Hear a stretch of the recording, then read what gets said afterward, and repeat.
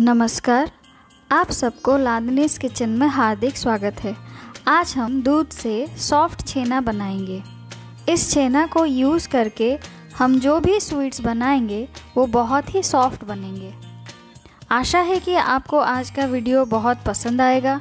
अगर आपको वीडियो पसंद आए तो वीडियो को लाइक कीजिए और शेयर कीजिए और हमारे नए वीडियोस का नोटिफिकेशन के लिए चैनल को सब्सक्राइब कीजिए और बेल आइकन को भी प्रेस कर दीजिए। छेना निकालने के लिए हमें चाहिए 1 लीटर दूध।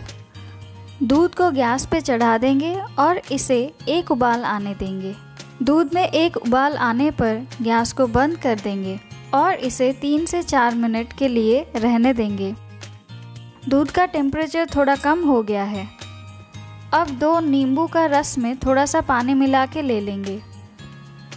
थोड़ा थोड़ा करके नींबू के पानी को दूध में डालेंगे और चलाते रहेंगे जब तक छेना और पानी अलग ना हो जाए।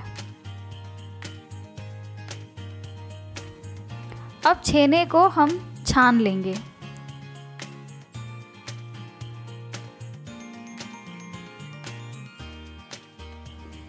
नींबू का खट्टापन निकालने के लिए और छेने को सॉफ्ट बनाने के लिए छेने को हम नॉर्मल पानी से धो लेंगे।